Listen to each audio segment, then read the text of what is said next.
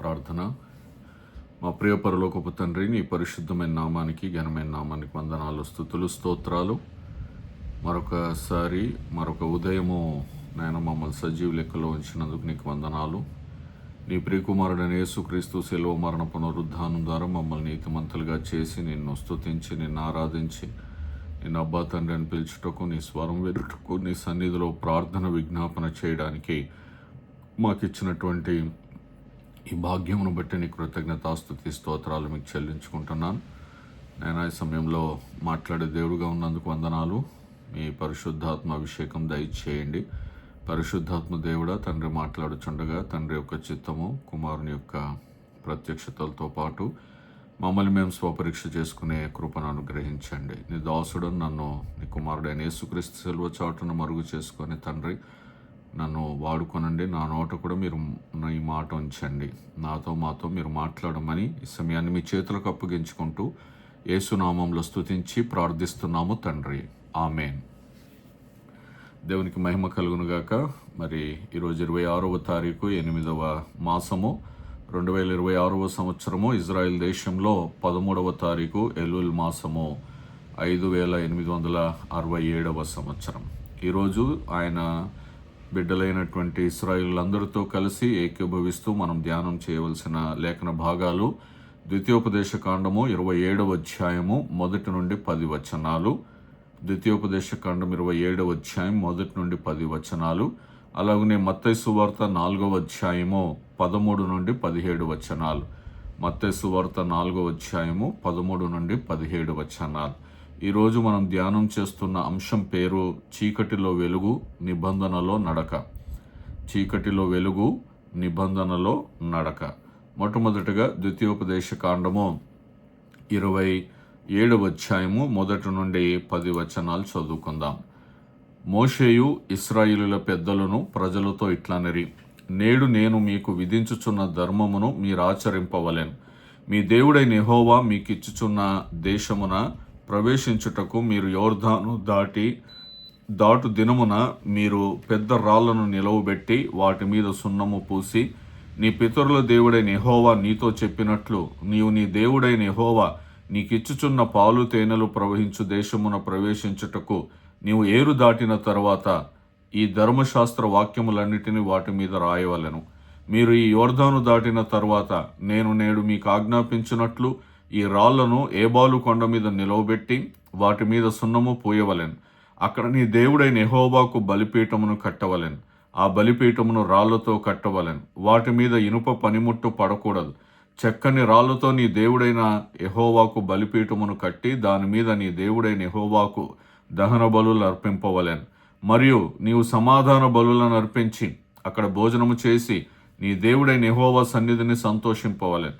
ఈ విధికి సంబంధించిన వాక్యములన్నిటినీ ఆ రాళ్ల మీద బహు విశదముగా రాయవలెను. మరియు మోషేయు యాజకులైన లేవీయులను ఇశ్రాయేలులందరితో ఇట్లనిరి, ఇశ్రాయేలులారా, మీరు ఊరుకొని ఆలకించుడి. నేడు మీరు మీ దేవుడైన యెహోవాకు స్వజనమైతిరి గనక మీ దేవుడైన యెహోవా మాట విని నేడు నేను నీకు ఆజ్ఞాపించు ఆయన కట్టడలను ఆయన ఆజ్ఞలను గైకొనవలెను. ఇప్పుడు మత్తయి సువార్త 4వ అధ్యాయము 13 నుండి 17 వచనాలు. మత్తయి సువార్త 4వ అధ్యాయము 13 నుండి 17 వచనాలు. నజరేతు విడిచి జెబూలూను నఫ్తాలి అను దేశముల ప్రాంతములలో సముద్ర తీరమందలి కపెర్నహూముకు వచ్చి కాపురముండెను. జెబూలూను దేశమును నఫ్తాలి దేశమును యోర్దానుకు ఆవలనున్న సముద్ర తీరమున అన్యజనులు నివసించు గలిలయు చీకటిలో కూర్చుండి ఉన్న ప్రజలను గొప్ప వెలుగు చూచిరి. మరణ ప్రదేశంలోనూ మరణ ఛాయల్లోనూ కూర్చుండున్న వారికి వెలుగు ఉదయించాను అని ప్రవక్త అయిన యెషయా ద్వారా పలకబడినది నెరవేరునట్లు ఇలాగు జరిగాను. అప్పటి నుండి యేసు పరలోక రాజ్యము సమీపించి ఉన్నది గనక మారు మనస్సు పొందుడని చెప్పుచూ ప్రకటింపు మొదలుపెట్టాను. ఇప్పుడు మనం చదువుకున్న 2 భాగాలు ద్వితీయోపదేశ కాండము, అలాగనే 27వ అధ్యాయంలో, అలాగనే మత్తయి సువార్తలో ఈ 2 లేఖన భాగాలకి 2 పుస్తకాలకి ఎటువంటి సంబంధమో ఉన్నట్టు మనకు కనిపించకపోయినా అందులోని లేఖన భాగాలు లోతుగా మనం ధ్యానం చేసినట్లయితే మరి నిబంధన ప్రజలు, దేవుని వాక్యము, దేవుని సన్నిధి, వెలుగు, ఇలాంటి ఆధ్యాత్మిక విషయాలన్నీ అందులో నేర్చుకోవడానికి అవకాశం ఉంటుంది. మొట్టమొదటగా ముందుగా దేవుని వాక్యాన్ని రాయాలి. ద్వితీయోపదేశకాండము 27వ అధ్యాయం 1 నుండి 3 వచనాలు చూస్తే, మోషేయు ఇశ్రాయేలు పెద్దలను ప్రజలతో ఇట్లనరి, నేడు నేను మీకు విధించుచున్న ధర్మమును మీరు ఆచరింపవలెను. ఒక ధర్మమును మరి దేవుడి ద్వారా మోషే దేవుడి ద్వారా ఇస్తా ఉన్నాడు. మీ దేవుడైన యెహోవా మీకు ఇచ్చుచున్న దేశంలో ప్రవేశించుటకు మీరు యోర్దాను దాటి వాగ్దాన దేశంలోనికి వెళ్ళంగానే పెద్ద రాళ్లను నిలవబెట్టి వాటి మీద సున్నం పూసి, నీతో దేవుడు చెప్పినట్టుగా యెహోవా నీకు ఇచ్చుచున్న పాలు తేనెలు ప్రవహించు దేశంలో ప్రవేశించుటకు నీవు ఏరు దాటిన తర్వాత ఈ ధర్మశాస్త్ర వాక్యములన్నిటినీ వాటి మీద రాయవలను అంటున్నాడు. మరి పెద్ద రాళ్ళు నిలవబెట్టి దాని మీద సున్నం పోసి వాటిపైన ధర్మశాస్త్రము మాటలు స్పష్టంగా రాయాలని మోషే ఆజ్ఞాపిస్తున్నాడు. ఇక్కడ దేవుని వాక్యం అనేది దాచబడినది కాదు, మరి ప్రజలందరికీ స్పష్టంగా అందుబాటులో ఉండాలి. దేవుని వాక్యము ప్రజలకు తెలియక వాళ్ళు రకరకాలైనటువంటి అపవిత్రమైనటువంటి విషయాల్లో పడిపోతూ ఉన్నారు, చీకటిలో జీవిస్తూ ఉన్నారు, పాపంలో జీవిస్తూ ఉన్నారు. ఇక్కడ చూడండి, దేవుని ప్రజలు దేశంలోనికి ప్రవేశించిన వెంటనే మొదటి ప్రాధాన్యత ఏమిటి అని అంటే, వాళ్ళ భూముల గురించి కాదు, వాళ్ళ ఆస్తుల గురించి కాదు, కానీ దేవుని వాక్యం. అక్కడికి వెళ్ళగానే రాళ్ళు నిలబెట్టి సున్నం పూసి దేవుని వాక్యమును దేవుని వాక్యానికి మొదట ప్రాధాన్యత ఇవ్వాలి. మరి సంఘానికి దేవుడు ఏం చెప్తున్నాడు అని అంటే, సంఘం యొక్క మొదటి గుర్తింపు పెద్ద భవనం కాదు, ఒక మంచి లైటింగ్ సిస్టమో లేకుంటే హంగు ఆర్భాటాలతో పెద్ద ఏసీ బిల్డింగ్లు కాదు. దేవుని వాక్యమే సంఘానికి గుర్తింపు. కార్యక్రమాలు కాదు, సంఘములో విపరీతమైనటువంటి కార్యక్రమాలు పెట్టుకుంటూ ఉంటారు. మరి అవి కూడా, ఆ కార్యక్రమాల్లో దేవుని వాక్యం లేకపోతే ఆ కార్యక్రమాలు కూడా వృధానే. చూడండి, కార్యక్రమాలు పెట్టుకొని అన్ని కార్యక్రమాలు చేస్తూ ఇప్పుడు సమయం అయిపోయింది కాబట్టి ఒక 10 నిమిషాలు దేవుని వాక్యం ధ్యానం చేసుకుందాం అని అంటారు. దీనివల్ల ఏమీ ఉపయోగం ఉండదు. దేవుని వాక్యానికి ప్రాధాన్యత ఇవ్వని ఏ కార్యక్రమం అయినా కూడా దేవునికి మహిమ తీసుకొని రాదు. అలాగనే సంఘములో మనుష్యుల పేర్లు కాదు, వ్యక్తిగత పేర్లు కాదు, వ్యక్తిగత ప్రతిష్ట కాదు, అక్కడ దేవుని వాక్యమే ఉండాలి. ఏ మనిషి హెచ్చింపబడకూడదు, కానీ దేవుని వాక్యమే హెచ్చింపబడాలి.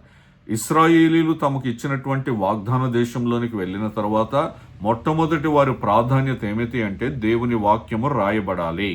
అందుకే పౌలు ఏమంటాడు, కొలస్సీలకు రాస్తూ 3వ అధ్యాయం 16వ వచనంలో, క్రీస్తు వాక్యము మీలో సమృద్ధిగా నివసింపనీయుడి అని అంటున్నాడు. మీరు బాగా డబ్బు సంపాదించుకోండి, మీరు బాగా పేరు ప్రఖ్యాతలు సంపాదించుకోనండి, మీరు ఆస్తులు కూడగట్టుకోండి, ఇవన్నీ చెప్పట్లేదు పౌలు. క్రీస్తు వాక్యం మీలో సమృద్ధిగా నివసింపనీయుడి అని అంటున్నాడు. మొట్టమొదటిగా దేవుని వాక్యము రాయబడాలి. రెండవది, స్పష్టంగా రాయాలి, అందరికీ అర్థమయ్యేలాగా రాయాలి. ద్వితీయోపదేశకాండం 27వ అధ్యాయము 8వ వచనంలో, ఈ విధికి సంబంధించిన వాక్యములన్నిటినీ ఆ రాళ్ల మీద బహు విశదముగా రాయవలెను అని అంటున్నాడు. అంటే అందరికీ అర్థమయ్యేలాగా రాయాలి అని అంటున్నాడు. ధర్మశాస్త్రపు మాటలోను చాలా స్పష్టముగా రాయబడమని చెప్పింది. ఇది సంఘానికి గొప్ప బోధ. సంఘములో బోధ చేసేటప్పుడు అందరికీ స్పష్టముగా అర్థమయ్యేలాగా ప్రకటించాలి. అలాగనే సువార్త కూడా అది సంక్లిష్టం చేయకూడదు, అదొక గందరగోళం చేయకూడదు, స్పష్టముగా ప్రకటించాలి. యేసు ప్రభు గురించే ప్రకటించాలి, ఇతరుల గురించి మనం ప్రకటించాల్సిన పని లేదు. అందుకే అపోస్తుడైన పౌలు కొరింథీయులకు రాస్తూ మొదటి పత్రికలో 14వ అధ్యాయము 8-9 వచనాలు మనం చూసుకుంటే, కొరింథీయులకు రాసినటువంటి మొదటి పత్రిక 14వ అధ్యాయము 8-9 వచనాలు, మరియు బూర స్పష్టము కాని ధ్వని ఇచ్చినప్పుడు యుద్ధమునకు ఎవడు సిద్ధపడును? అలాగే మీరు స్పష్టమైన మాటలు నాలుకతో పలికితేనే గాని పలికినది ఎలాగూ తెలియను, మీరు గాలితో మాట్లాడుచున్నట్టుందరు కదా. సంఘాలలో మరి గందరగోళం ఉంటుంది, అన్య భాషలు అని చెప్పి రకరకాల మాటలు, అరుపులు, కేకలు వేస్తున్నప్పుడు, ఒక కొత్త వాడు వచ్చినప్పుడు మనం దేవుని స్తుతిస్తున్నామా, దేవుని ఆరాధిస్తున్నామా, దేవునికి ప్రార్థన చేస్తున్నామా, స్పష్టమైన మాటలు తెలియకపోతే అతడికి దేవుని గురించి మనం పలికే మాటలు దేవుని గురించి అతనికి తెలియచేసేలాగా ఉండాలి, స్పష్టముగా ఉండాలి. లేకపోతే అతడు మరలా ఏ క్రైస్తవ దేవుని మందిరంలోనికి రాడు. ఇక్కడంతా గందరగోళం ఉంటుందని చెప్పి, కాబట్టి మనం వాక్యము రాసిన స్పష్టముగా రాయాలి, వాక్యము చెప్పినా కూడా స్పష్టముగా అది బోధించాలి, సువార్త చెప్పినా కూడా స్పష్టముగా చెప్పాలి. మూడో విషయం ఏంటంటే ఇక్కడ రాళ్లను నిలబెట్టమంటున్నాడు, రాళ్ళ మీద రాయమంటున్నాడు. రాళ్ళు అనేది జ్ఞాపకానికి చిహ్నం. మరి 27వ అధ్యాయంలోని 8వ వచనంలో ఈ విధికి సంబంధించిన వాక్యములన్నిటినీ ఆ రాళ్ల మీద బహువిషదముగా రాయవలను అని అంటున్నాడు. రాళ్ళు అనేది కేవలం నిర్మాణ సామాగ్రి కాదు. ఒక నిర్మాణం చేయాలంటే ఖచ్చితంగా రాళ్ళు ఉండాలి. కానీ ఇక్కడ నిబంధనకి జ్ఞాపక చిహ్నాలుగా అవి ఉంటున్నాయి. దేవుడిచ్చినటువంటి నిబంధన వాక్యము ప్రజలందరికీ స్పష్టముగా తెలిసేలాగున ఆ రాళ్ళు నిలబెట్టవలను అని అంటున్నాడు.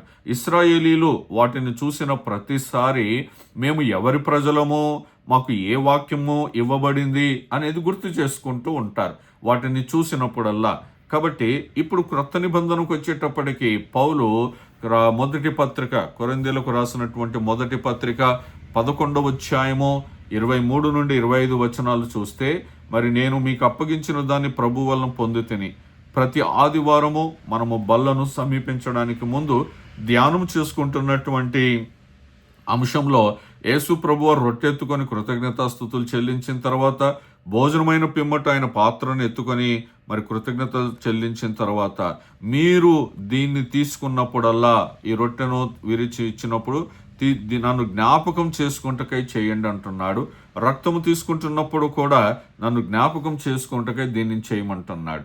అంటే మనము రొట్టెను తీసుకుంటున్నప్పుడు సిలువ త్యాగాన్ని, యేసుప్రభు నీ కొరకు నా కొరకు ప్రపంచ మానవాళి కొరకు చేసిన సిలువ త్యాగాన్ని జ్ఞాపకం చేసుకోమంటున్నాడు.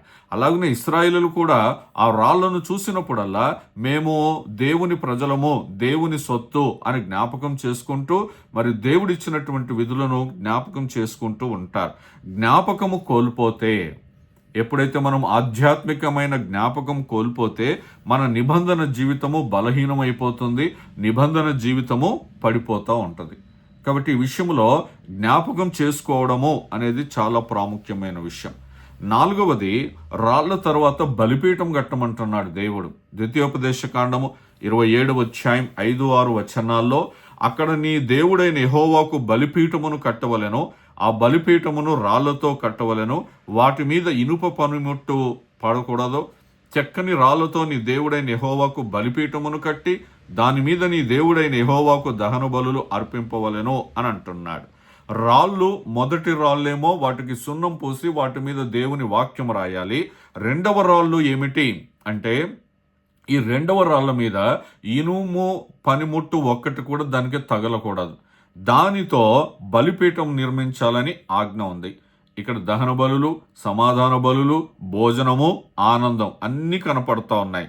ఇదొక అందమైనటువంటి, ఆనందమయమైనటువంటి ఒక క్రమం. వాక్యము, బలిపీఠము, బలి, సమాధానము, దేవునిలో ఆనందించుట. ఆనందించుట అంటే భోజనాన్ని బట్టి ఆనందించడం కాదు, కానీ దేవునితో సహవాసము, దేవుని ప్రజలతో సహవాసంలో ఆనందించాలి. సహవాసం ఉన్నప్పుడు మంచి చికెన్ బిర్యానీలు, మటన్ బిర్యానీలు లేకపోయినా మనము క్రీస్తు సహవాసములో ఆనందించే వారముగా ఉండాలి. పచ్చడి పెట్టినా సరే క్రీస్తు సహవాసములో మనం ఆనందించే వారముగా ఉండాలి. ఇక్కడ భోజనానికి ప్రాధాన్యత కాదు, కానీ వాక్యము, బలిపీఠము, బలి, సమాధానము, ఆనందం, దేవునితో సమాధానము, అలాగనే కృతజ్ఞతతో కూడిన సహవాసానికి సంబంధించినది. సంఘానికి కూడా మరి వాక్యం మాత్రమే కాదు, వాక్యం ఉండాలి, ఆరాధన ఉండాలి, సమర్పణ ఉండాలి. అంటే బలిపీఠం, బలి అక్కడ బలి, ఇక్కడ సమర్పణ, సహవాసము, ఆనందం, ఇవన్నీ కూడా సంఘములో ఉండాలి. 4వది రాళ్ళ తర్వాత బలిపీఠం. ఇప్పుడు 5వది, నేడు మీరు మీ దేవుడైన యెహోవాకు స్వజనమైతిరి అని అంటున్నాడు. ద్వితీయోపదేశకాండం 27:10లో నేడు మీరు మీ దేవుడైన యెహోవాకు స్వజనమైతిరి అని అంటున్నాడు. ఇక్కడ గుర్తింపు అనేది చాలా ప్రాముఖ్యమైనది. గుర్తింపు, నేను ఎవడి వానరో, ఎవరిని సేవించుచున్నానో, ఎంత గొప్ప మాట అది. నా గుర్తింపు ఏంటి? నేను సేవించుచున్న దేవుణ్ణి బట్టి. నా పేరు ప్రఖ్యాతలు కాదు, నా హోదా కాదు, నా ఉద్యోగం కాదు, ఏది కాదు. మేము కేవలము కనాను దేశంలో నివసించే ప్రజలు మాత్రమే కాదు, మేము యెహోవా ప్రజలము, మేము యెహోవా జనులము. మనం ప్రతిరోజు చూస్తున్నాం లేఖన భాగం పేతురు రాసిన మొదటి పత్రిక 2వ అధ్యాయం 9వ వచనం, చీకట్లో నుండి ఆశ్చర్యకరమైన తన వెలుగులోనికి మిమ్మల్ని పిలిచిన వాని గుణాతిశయములను. చీకటి ఐగుప్తులో నుండి వీళ్ళు ఆశ్చర్యకరమైన కనాను దేశంలోనికి వచ్చారు. అక్కడ అంతా ఆశ్చర్యమే, పాలు తేనెలు ప్రవహించే దేశం. శారీరకంగా ఆధ్యాత్మికంగా కూడా చీకట్లో నుండి వాళ్ళు బయటకు వచ్చారు. మనం ఏమిటి అనంటే రాజులైన యాజక వంశమును సమూహము, పరిశుద్ధ జనము, దేవుని సొత్తైన ప్రజలం. ఇది మన ఐడెంటిటీ. మన గుర్తింపు మన కులం కాదు, గుర్తింపు మన స్థానం కాదు, గుర్తింపు మన ఆర్థిక స్థితి కాదు, గుర్తింపు మన సామాజిక పేరు కాదు.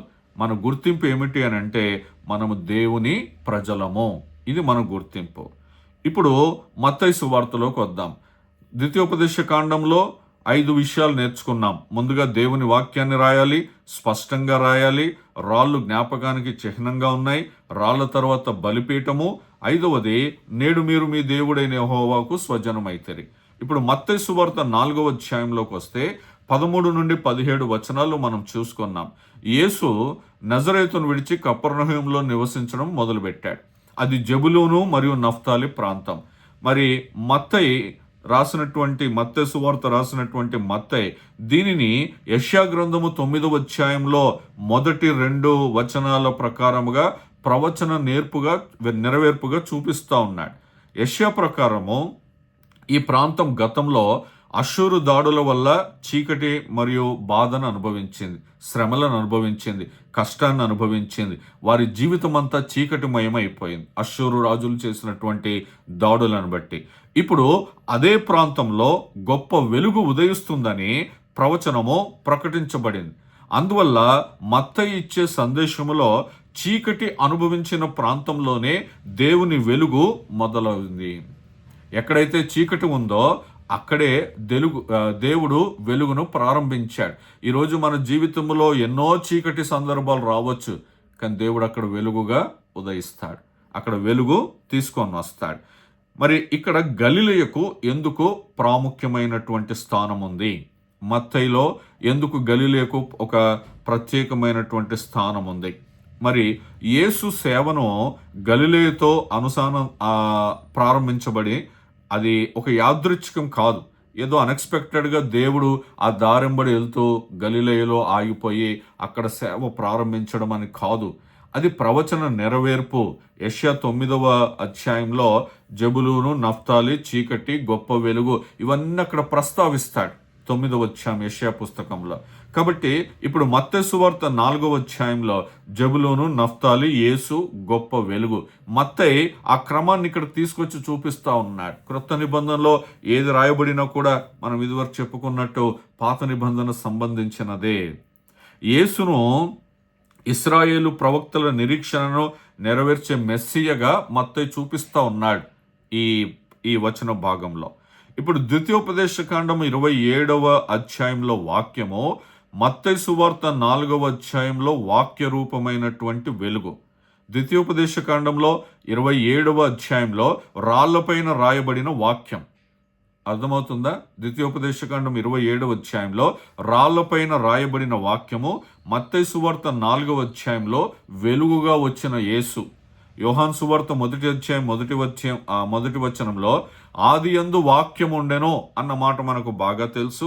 అలాగే యోహాను 1వ అధ్యాయం 14వ వచనంలో ఆ వాక్యము శరీరధారి అయి మన మధ్య నివసించెను అన్న మాటను మనం చూస్తా ఉన్నాం. ఇప్పుడు ద్వితీయోపదేశ కాండంలో రాళ్లపైన రాయబడినటువంటి వాక్యము ఇప్పుడు మత్తయి సువార్త 4వ అధ్యాయంలో వెలుగుగా వచ్చింది.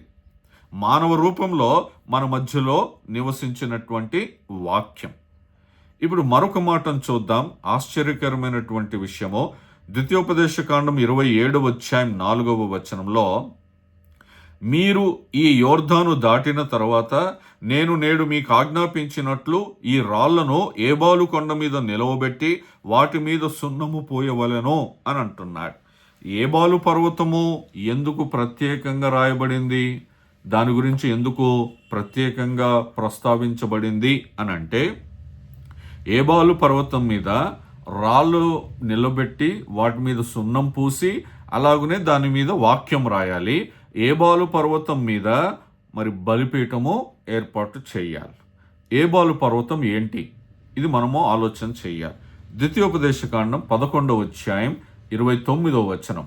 ద్వితీయోపదేశకాండం 11వ అధ్యాయం 29వ వచనం. కాబట్టి నీవు స్వాధీనపరచుకొనబో దేశమున నీ దేవుడైన యెహోవా నిన్ను చేర్చిన తర్వాత గెరిజీమును కొండ మీద ఆ దీవెన వచనమును, ఏబాలు కొండ మీద ఆ శాప వచనమును ప్రకటింపవలెనో అంటున్నాడు. బైబిల్ స్టడీలో దీని గురించి మనం ధ్యానం చేసుకున్నాం. ఒక కొండ గెరిజీమను కొండ, ఒక కొండ ఇంకొక కొండ ఏబాలు కొండ. గెరిజీమను కొండ మీద దీవెన వచనం ప్రకటించాలి, ఏబాలు కొండ మీద శాప వచనం ప్రకటించాలి. ఇప్పుడు దేవుడు ఏం చెప్తున్నాడు? ఏబాలు కొండ మీద వ్రాళ్ళు నిలబెట్టి సున్నం పూసి వాక్యం రాయాలంటున్నాడు. ఏబాలు కొండ మీద బలిపీఠం కట్టి బలులు అర్పించమంటున్నాడు. ఇక్కడ గమనించాల్సిన విషయం ఏంటంటే, ఏబాలు కేవలం శాపం మాత్రమే కాదు, ఏబాలు పైనే దేవుని వాక్యము, బలిపీఠము, బలులు, సమాధాన బలి, ఆనందం. అంటే తీర్పు మధ్యలో కూడా దేవుని కృపకు మార్గము ఉన్నది.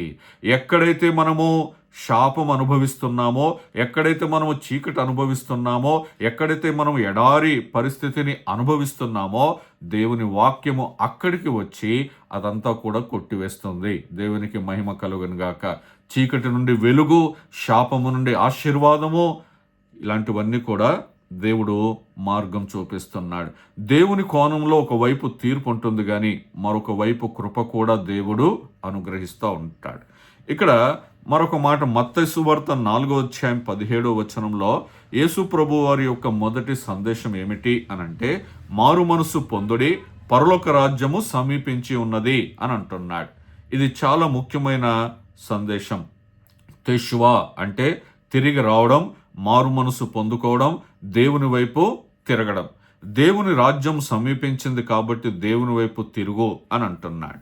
పౌలు కూడా అపోస్తుల కార్యము 3వ అధ్యాయం 20వ వచనంలో, అపోస్తుల కార్యం 3వ అధ్యాయం 20వ వచనంలో, మీ కొరకు నియమించిన క్రీస్తు యేసును ఆయన పంపునట్లు మీ పాపములు తుడిచివేయబడు నిమిత్తమును మారు మనసు నుండి తిరుగుడి అని అంటున్నాడు.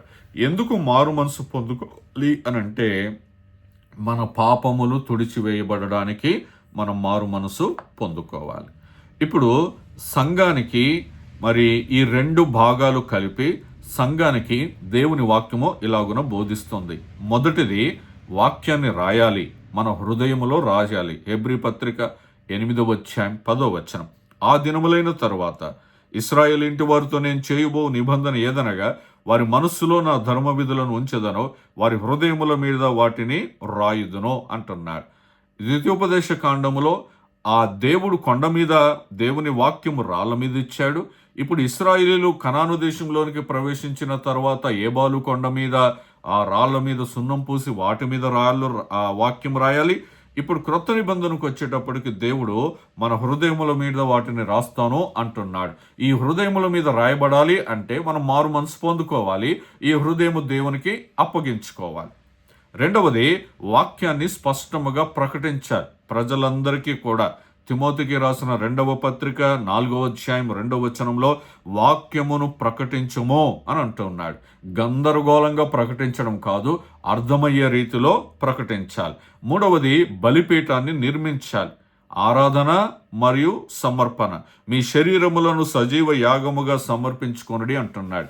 అక్కడ రాళ్ళు పెట్టి బలిపీఠం మీద పశువులను బలి అర్పించేవారు. ఇప్పుడు మన శరీరములనే సజీవ యాగముగా సమర్పించుకోవాలి. నాలుగవది, మన గుర్తింపును గుర్తించుకోవాలి. ఎవరము మనము, నేను ఎవరిని, దేవుని సొత్తు, దేవుని జనాంగము, దేవుని ప్రజను. ఐదవది, చీకటిలో వెలుగుగా ఉండాలి. ఫిలిప్పీలకు రాసిన పత్రిక 2వ అధ్యాయం 16వ వచనంలో, అట్టి జనము మధ్యను మీరు జీవవాక్యమును చేతబట్టుకొని లోకమందు జ్యోతుల వలె కనబడుచున్నారు అని అంటున్నాడు. వెలిగించబడిన మనము, వాక్యము చేత వెలిగించబడిన మనము లోకములో జీవవాక్యాన్ని చేతబట్టుకొని జ్యోతుల్లాగా కనపడాలి. కాబట్టి సంఘానికి మరి ఇక్కడ ఇప్పుడు మనం చూసుకున్నాము కదా, సంఘానికి ఈ 2 లేఖన భాగాలు కలిపి మొత్తము సంఘానికి దేవుడు 6 ముఖ్యమైన బోధలు ఈ లేఖన భాగంలో చేస్తున్నాడు. ఏమిటి అది అనంటే, సంఘం అంటే నీవు నేను. సంఘము వాక్యం పైన నిర్మించబడాలి. సంఘము వాక్యం పైన నిర్మించబడాలి. ఇప్పుడు మన ఇక్కడ వరంగల్ వైపు ఒక పెద్ద చర్చ్ ఉంది, దాదాపు 150 కోట్ల రూపాయలతో కట్టినటువంటిది. యూట్యూబ్లో దాని గురించి ప్రపంచ దేశాల్లో కూడా అలాంటి చర్చలు చాలా ఉన్నాయి. మంచిది, సంతోషం, దేవుడిచ్చిన దాంతో కడుతున్నారు. కానీ సంఘం అనేది వాక్యం పైన నిర్మించబడాలి. రెండవది, వాక్యం స్పష్టంగా ఉండాలి. మూడవది, ఆరాధన బలిపీఠము నుండి రావాలి. నాలుగవది, మనము దేవుని ప్రజలమని గుర్తించుకోవాలి. ఐదవది, చీకటి ప్రాంతాల్లోకి వెలుగును తీసుకుని వెళ్ళాలి. వెలుగు రావడానికి మారు మనసు అవసరం. కాబట్టి ప్రధానమైనటువంటి దేవుని మాట ఏమిటి అనంటే, వాక్యంపై నిర్మించబడిన సంఘమే చీకటిలో క్రీస్తు వెలుగును చూపగలదు. వాక్యము లేకుండా క్రీస్తును సంఘము లోకానికి చూపించలేదు. కాబట్టి ఏబాలుపై రాయబడిన వాక్యము నుండి గలిలయలో ప్రకాశించిన వెలుగు వరకు దేవుని ఉద్దేశం ఒకటే. ఏబాలు కొండ మీద రాయబడిన వాక్యం, రాళ్ల మీద వాక్యం రాయబడింది కదా, అక్కడ నుండి గలిలయలో ప్రకాశించిన వెలుగు వరకు దేవుని ఉద్దేశం ఒకటే. తన ప్రజలు తన వాక్యాన్ని స్వీకరించి ఆయన సన్నిధిలో వాక్య ప్రకారము జీవించి చీకటిలో వెలుగుగా నిలవాలి. ఇది దేవుడు మన నుండి కోరుకుంటున్నాడు. కాబట్టి ఈరోజు వాక్యము యొక్క అంశం పేరేమిటి అనంటే, చీకటిలో వెలుగు, నిబంధనలో నడక. మనం చీకటిలో వెలగాలి, దేవుని వాక్య ప్రకారం నడవాలి. ఒక దేశానికి వెళ్ళగానే దేవుడు వాక్యం ఇస్తున్నాడు, జ్ఞాపకం చేస్తూ ఉన్నాడు. ఎందుకు అనంటే, ఈ వాక్య ప్రకారం మీరు జీవిస్తే దేవునికి మహిమ వస్తుంది, లోకానికి వెలుగు వస్తుంది. ఇది దేవుడు ఈరోజు మనకు ప్రధానంగా చెబుతున్నటువంటి మాట. చీకటిలో ఉన్న ప్రజలకు వెలుగు వచ్చింది. ఆ వెలుగు రావడంతోనే మారు మనసు పొందుకోమని దేవుడు సువార్తను స్టార్ట్ చేశాడు. ఈరోజు వెలుగు వచ్చిన మనము, వెలుగు చేత నింపబడిన మనము జీవవాక్యమును చేతబట్టుకొని మనము జ్యోతుల వలె ప్రకాశిస్తున్నామా లేదా, నిబంధనలో మనం నడుస్తున్నామా లేదా, ఈ చీకట్లో మనం వెలుగు నుండి వెలుగు పొందుకున్న వారం, నిజమైన వెలుగుండని అంటున్నాడు. ఆ యేసు ప్రభు నుండి వెలుగు పొందుకున్న మనము ఆ జీవవాక్యాన్ని పట్టుకొని మనం నడుస్తున్నామా లేదా అనేది ప్రశ్న వేసుకోవాలి. దేవుడు మనల్ని చీకట్లో నుండి బయటకు పిలిచినందుకు దేవునికి స్తోత్రములు. ఆ పిలవడంతోనే అయిపోలేదు, బయటకు తీసుకొని రావడంతోనే అయిపోలేదు. ఇప్పుడు ఆయన బాధ్యత ఆయన నెరవేర్చాడు. ఇప్పుడు మన బాధ్యత ఏంటంటే, ఆ నిబంధనలో జీవవాక్యమును చేతబట్టుకొని ఈ చీకటి లోకములో మనం వెలుగిచ్చే వారముగా నడవాలి. ఆ కృప దేవుడు మనకు దయచేయునుగాక. ఆమెన్.